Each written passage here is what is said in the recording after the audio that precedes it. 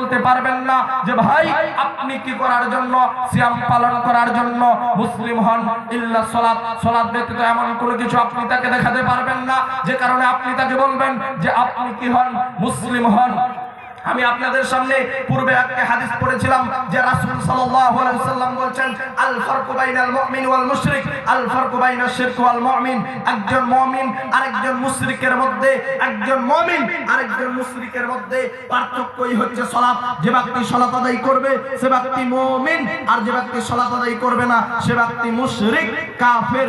এখান থেকেই আমি এই হাদিস থেকে আমি বলতে উদ্বুদ্ধ হচ্ছি, এই হাদিস থেকেই আমি বলতে উদ্বুদ্ধ হচ্ছি যে রাসূল সাল্লাল্লাহু আলাইহি ওয়াসাল্লাম বলেছেন আল ফারকু বাইনাল মুমিন ওয়াল মুশরিক, আল ফারকু বাইনাশ শিরক ওয়াল মুমিন। একজন হিন্দু আর মুসলিমের মধ্যে পার্থক্যই হচ্ছে সালাত। যে ব্যক্তি 5টা ওয়াক্ত সালাত আদায় করবে সে ব্যক্তি মুসলিম, আর যে ব্যক্তি 5টা ওয়াক্ত সালাত আদায় করবে না সে ব্যক্তি হিন্দু। এবার আপনি দেখুন আপনি 5টা ওয়াক্ত সালাত আদায় করছেন কি করেন নাই? কেননা আল্লাহ রাসূল সাল্লাল্লাহু আলাইহি ওয়াসাল্লাম হাদিসের ভাষাটাই এভাবেই বলেছেন যে ব্যক্তি সালাত আদায় করবে সে ব্যক্তি হচ্ছে মুসলিম, আর যে ব্যক্তি সালাত আদায় করবে না সে ব্যক্তি কি? কাফের। সে ব্যক্তি কি? সে ব্যক্তি হচ্ছে অমুসলিম। অর্থাৎ অমুসলিম মানে আপনি হিন্দু, আপনি আর মুসলিমের মধ্যে থাকলেন না।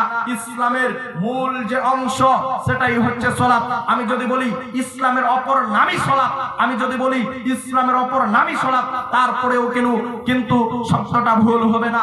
আমি আপনাদেরকে একটু বোঝানোর জন্য বলি।